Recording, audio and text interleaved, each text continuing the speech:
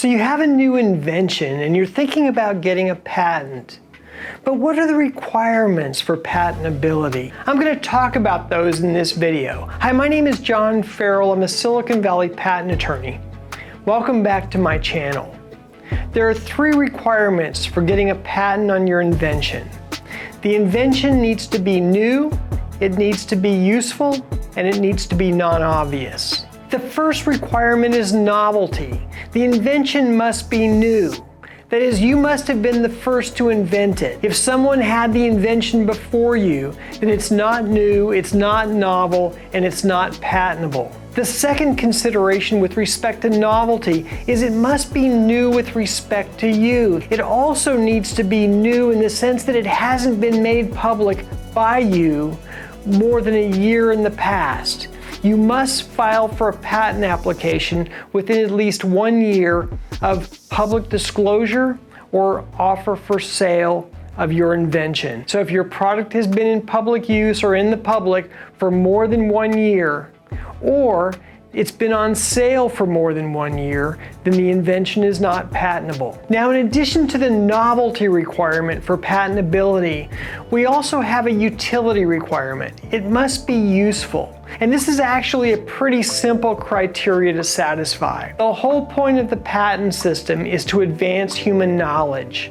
We reward people who take the time to write down their inventions and submit them to the patent office for the future public to use in exchange for a limited monopoly to make, use, and sell your invention for a period of 20 years. But in exchange for this limited monopoly, the public has an interest in making sure that the patent system doesn't get clogged up or overburdened by repetitive or useless or obvious inventions. So we have this requirement of utility. Now, it's important to understand that the utility requirement is really a pretty low bar. It doesn't take a lot of utility for a patent application to be accepted. And it's been my experience that if the invention has any utility at all and meets the other requirements of novelty and non-obviousness, that the Patent Office will grant a patent in exchange for taking the time to submit and prosecute an application on the invention. Usefulness is generally not the reason that a patent application gets rejected. Now, a quick sidebar here is that there is one category of inventions in which the Patent Office has been historically hostile, and that's been the category of perpetual motion machines.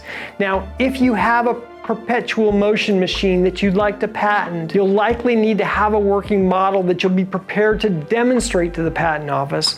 And in addition, you'll need to be able to explain that this perpetual motion machine has the capability of actually doing work. That is, it puts out more energy than it takes in. Because if it just has perpetual motion, well, that's not useful for anything. So if you're inventing perpetual motion machines, be prepared because the bar may be just a bit higher. Otherwise, utility is a pretty easy threshold to overcome. Now, the third and final requirement for patentability is non-obviousness. And of the 3 requirements, this one is the most tricky. It's the most difficult to really get our arms around.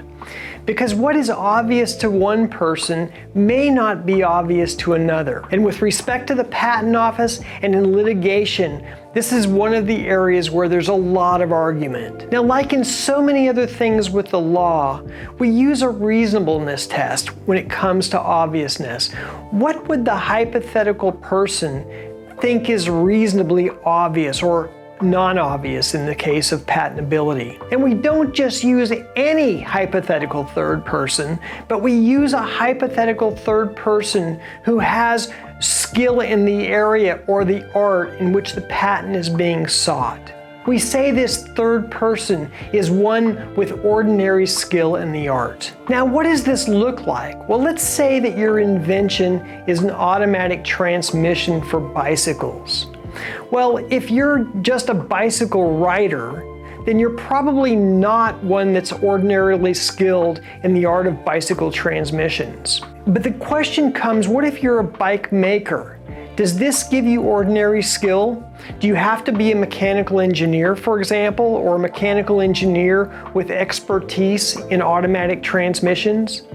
Well, it's really hard to say exactly where we draw the line. And this is ultimately a legal question that in litigation is decided by a judge. What are the requirements of the person of ordinary skill in the art with respect to the invention that's before the court? Now, when it comes to patentability in the patent office, that is, when seeking a patent on your application for an invention, it's really arguable that you yourself as the inventor are a person of ordinary skill in the art. And in most cases, patent examiners in the patent office will give a lot of deference to the inventor in order to allow him or her to explain why the invention is not obvious.